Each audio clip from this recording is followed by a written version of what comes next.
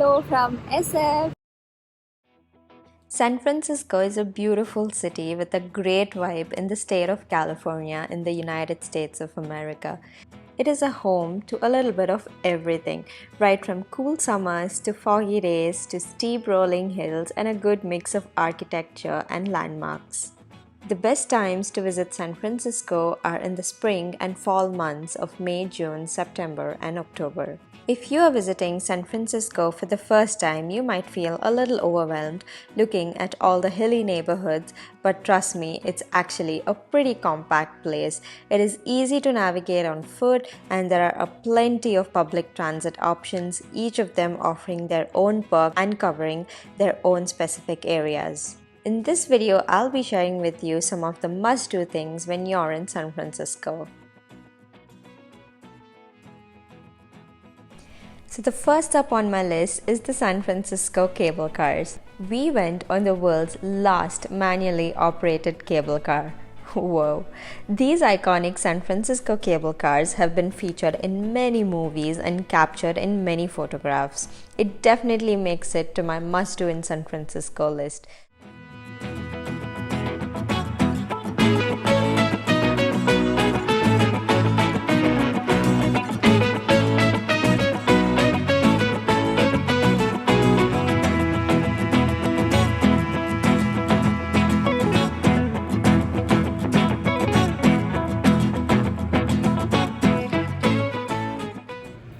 Tried the famous Irish coffee at the Buena Vista.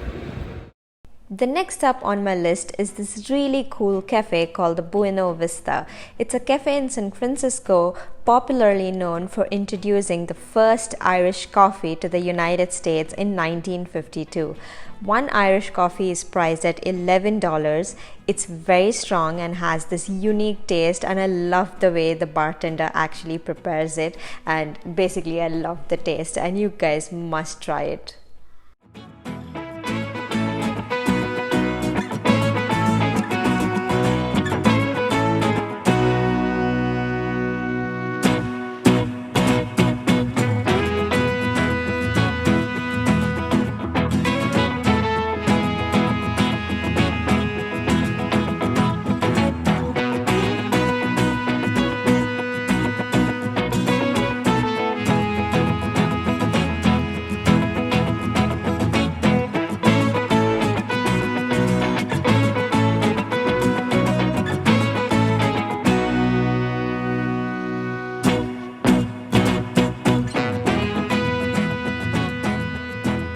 Next up on my list is the Giraffe Elite chocolates. Now, whether this is going to be on my list or no, I'm sure each and every one of you are definitely going to try this. There's a store very close to Fisherman's Wharf. You have to try their chocolates, dessert, and shakes. It's just out of this world.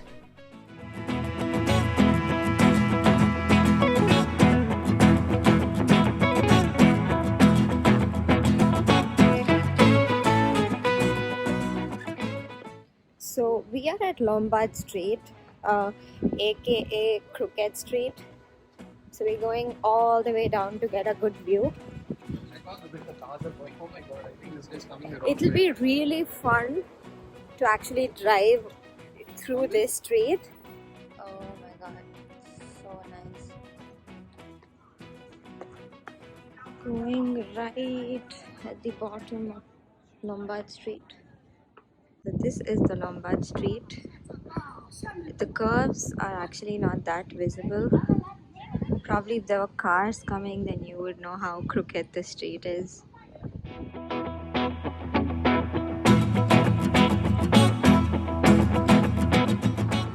have to try on some sourdough bread. Oh my god, look at that. Oh yeah, check this out. Freaky. It's freshly made, so let's go taste some. Now, how can I not talk about the sourdough bread? San Francisco is regarded as the mecca of sour-style bread. Sourdough bread traces its origin to ancient Egypt and is common in parts of Europe.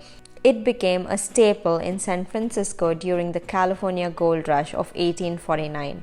So basically, the gold miners valued it for their camps because of its durability and the relative ease of obtaining yeast. There are actually a lot of local places where you can try it, but make sure to try it out in these 3 bakeries that I'm going to mention in the description box.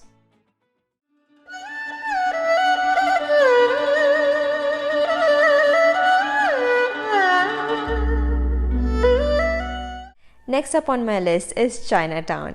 I love visiting Chinatown no matter which city I go to. So the Chinatown in San Francisco is actually the oldest in the entire north of America. This neighborhood always has a very unique vibe which I totally love. It's a bustling maze of streets and alleys with lots of dim sum joints and other traditional eateries. So if you're a foodie and if you're looking for a slightly different vibe, you definitely have to visit Chinatown.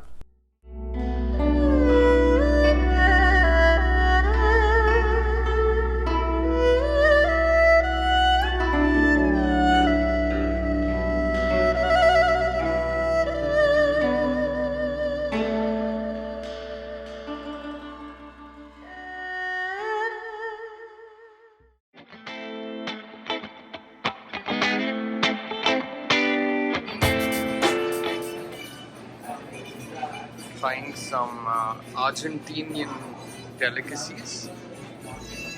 Is it good? Yeah, it's very different. Or does it taste like veg puff in India? It tastes like the paratha. Okay. There's a lot of corn and all that inside the paratha. Next up on my list is the Ferry Building Food Hall. Now, it's quite impossible for a tourist or someone who's visiting San Francisco on a holiday to get to know about every local cuisine or restaurant and go exploring. But I figured out that Ferry Building Food Hall have a lot of these restaurants that offer local cuisine, and I think you get everything under one roof, which is like the best thing a tourist or a person on a holiday can ask for. So you have to go to this food hall in San Francisco. This place is definitely a feast for your senses.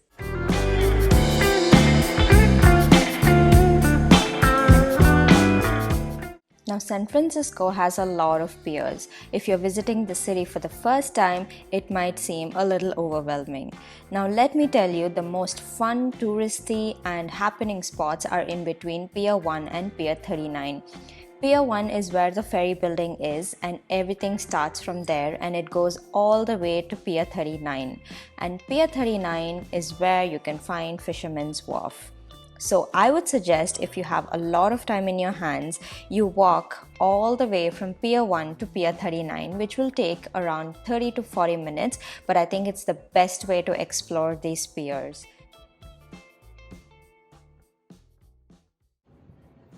On the deck right now, we boarded our ferry to Sausalito. So let's go see what Sausalito has to offer.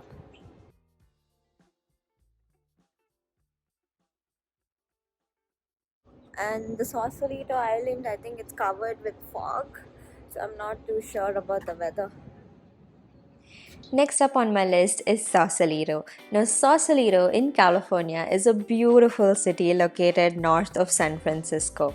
How do you get there? Well, most of them walk or cycle over the Golden Gate Bridge to reach Sausalito, or you can arrive by ferry, or you can even Uber it.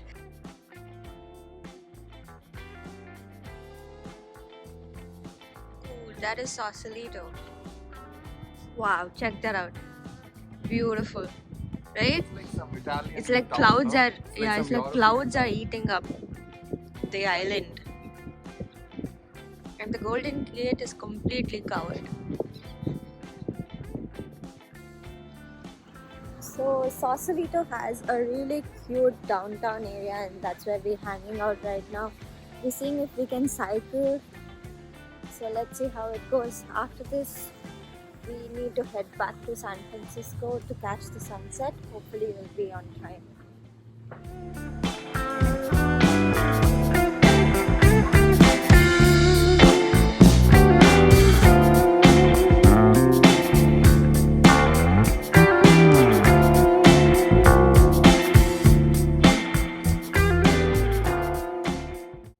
It's fun to walk around this scenic town while gazing at the San Francisco Golden Gate Bridge. You can also sit and have a coffee and chill at a cafe. Basically, it's a very small city that you can explore within one day. The downtown is extremely small, so you can actually hire cycles and you can just cycle through the entire neighborhood. And if you want to stay back for a night, you can always do, or you can also head back to San Francisco in the late evening or night. Meet Carl the Fog. San Francisco is famous for its fog. The shallow fog that often covers the city and the Golden Gate Bridge is known as Carl. And guess what? It has a Twitter account as well. Trust me, if you ever go to San Francisco and you happen to see the Golden Gate Bridge without Carl, then you, my friend, you're a lucky one. There are many viewpoints to see the Golden Gate Bridge and to get those amazing pictures. Well, according to my opinion, the Golden Gate Vista Point is one of the best places to get amazing pictures. Have you seen the most scenic pictures on Instagram of Golden Gate Bridge and the beach and people just relaxing on the beach? Well, that's Marshall's Beach and Baker's Beach. These two beaches are actually regarded like the most hidden beaches of San Francisco. The views of the Golden Gate Bridge from here are insanely beautiful. Unfortunately, we faced a very rough weather when we visited these two beaches, because of which the sky was not clear, it was extremely cold, we were literally shivering, the sun was not out, and don't even ask, it was like one of the worst days to visit. So I hope you liked my recommendations. If you did, then please make sure to share this video with your friends and family, and do consider subscribing to my channel if you like my videos. And you can also follow me on my Instagram by the handle Chili Studio for more updates on travel. Thank you so much for watching, and I'll see you guys next time.